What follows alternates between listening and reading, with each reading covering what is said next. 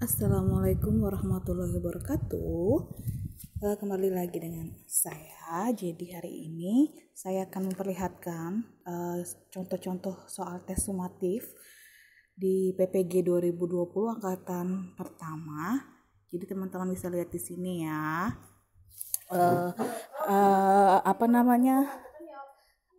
Tes sumatif ini ada formatif, ada tes sumatif ya. Jadi kalian bisa lihat di sini tes sumatif itu nanti dia di akhir pembelajaran. Misalnya dalam satu modul itu ada 4 kegiatan belajar. Nah, tes sumatif ini berada di terakhir di 4. Jadi kegiatan belajar 1 itu nanti ada tes formatifnya. Kegiatan belajar 2 ada tes formatifnya, sampai 4 ada tes formatifnya. Kemudian ada 1 tes sumatif ya. Jadi tes sumatif ini rangkuman dari keempat modul tadi. Oke, di sini saya akan membahas tentang tes sumatif peran guru dalam pembelajaran abad 21. Teman-teman bisa lihat di situ ya, nomor 1 soalnya seperti ini. Ya. Dikasih kasus, kemudian teman-teman menjawab. Hari itu jam pertama, hari sedang hujan. Bu Eni Hapsari memanfaat teknologi informasi di dalam proses pembelajaran di kelas 4. Capaian pembelajaran agar peserta didik memiliki kesadaran arti penting kerjasama dalam kehidupan. Di dalam kelas tersedia LCD dan laptop. Nah, di sini kata kuncinya ya. Di dalam kelas tersedia LCD dan laptop. Nah, kegiatan pembelajaran yang paling sesuai adalah tentu saja LCD dan laptop digunakan. Nah, kalau LCD dan laptop digunakan berarti nanti dia ada hubungannya dengan menonton video atau sebagainya ya. Ingat di dalam jawaban ada 2 pilihan jawaban yang menggunakan kata-kata video. Sekarang tinggal teman-teman lihat yang mana sekiranya yang cocok. Lihat, kata kuncinya juga di capaian pembelajarannya. Di soal dikatakan capaian pembelajarannya itu agar peserta didik memiliki kesadaran arti penting kerjasama. Nah, kalau kerjasama itu berarti adanya kerjasama antara satu dengan yang lainnya, yaitu dalam satu kelompok. Nah, jadi nanti jawabannya itu ada kata-kata kelompok dan kata-kata videonya. Nah, yang tepat adalah yang D. Kemudian nomor 2, kita lihat nomor 2 teman-teman. Belajar mandiri berkelanjutan memiliki dimensi psikologis, pedagogis, dan dimensi sosial. Berikut ini secara berturut-turut merupakan indikator adanya ketiga dimensi tersebut dalam belajar mandiri adalah, jadi ada dimensi psikologis kata kuncinya, ada pedagogis dan dimensi sosial. Nah, psikologis itu adanya kebebasan dalam belajar, kemudian pedagogisnya aktif mengikuti diskusi ilmiah, dan dimensi sosialnya adalah dia mampu menilai kemajuan belajarnya sendiri. Jadi jawabannya benar itu adalah yang C. Kemudian nomor 3, berikut ini merupakan arti penting pengembangan kurikulum dengan menghadirkan keterampilan berpikir tingkat tinggi atau HOTS ya teman-teman ya.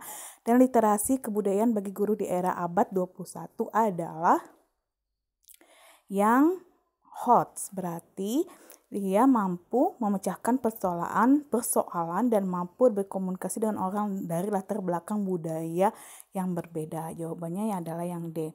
Sekarang kita lihat ke nomor 4. Nih. Berikut merupakan pergeseran dan atau penyesuaian peran guru dalam memfasilitasi pembelajaran abad 21 adalah kecuali. Nah, jangan lupa kecuali. Jadi peran guru itu apa ya dalam memfasilitasi. Jadi kita itu mengutamakan penilaian hasil belajar atau assessment for learning. Kemudian nomor 5, alasan utama mengapa pembelajaran abad 21 sebaiknya lebih berorientasi kepada pengembangan keterampilan belajar daripada pengetahuan adalah kenapa ini harus keterampilan sesuai dengan tujuan pembelajaran abad 21 itu memang mementingkan skills ya teman-teman. Jadi karena ada tuntutan SDM masa depan yang memiliki kemampuan belajar mandiri. Kemudian nomor 6, berikut ini termasuk kategori keterampilan khusus yang memerlukan pengambilan keputusan. Yang diperlukan dalam belajar mandiri adalah keterampilan menetapkan tujuan belajar. Kemudian nomor 7, seorang guru terlihat diikuti oleh banyak peserta didik dimanapun berada. Peserta didik tersebut penasaran dengan trik-trik baru dari guru. Guru menggunakan handphone untuk melacak benda dari logam yang terjauh. Guru tersebut selain memesona juga memiliki ciri guru abad 21 sebagai berikut. Jadi di dalam modul itu teman-teman banyak disebutkan ciri-ciri guru abad 21. Nah, salah satunya adalah kalau dia diikuti sama di sini soalnya dia diikuti peserta didik dimanapun berada, kemudian dia punya handphone, berarti dia itu memiliki karakter canggih ya. Kemudian nomor 8, peserta didik kesulitan memahami hubungan antara peredaran darah yang lancar dengan kesehatan tubuh. Bu Ani mengatakan, anak-anak, pernahkah kalian melihat sungai yang kotor karena sampah dan tersumbat? Apakah dapat mengairi sawah-sawah agar tanaman menjadi sehat? Nah, pernyataan Bu Ani memperlihatkan salah satu kompetensi. Nah, sekali lagi ini ciri-ciri karakter guru abad 21. Selain canggih, ketika kasusnya seperti ini berarti Bu Ani ini dapat menghubungkan apa yang menjadi masalah dan realita yang ada, yaitu membuat analogi. Nomor 9, Pak Hasan mendapati 3 orang peserta didik mengantuk di kelas. Berdasarkan informasi dari orang tua dan juga teman-temannya, mereka sering bermain game terlalu lama dan merasa jenuh dengan pembelajaran di kelas.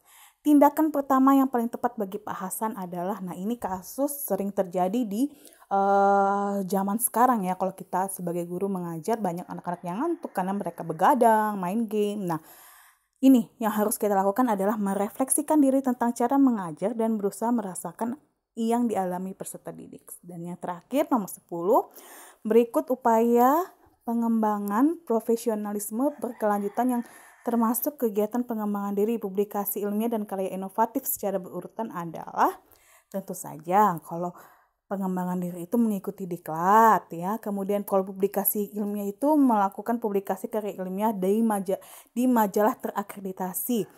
Dan karya inovatif itu menciptakan alat pendeteksi kadar oksigen. Baik teman-teman, itulah pembahasan tes sumatif dari saya ya.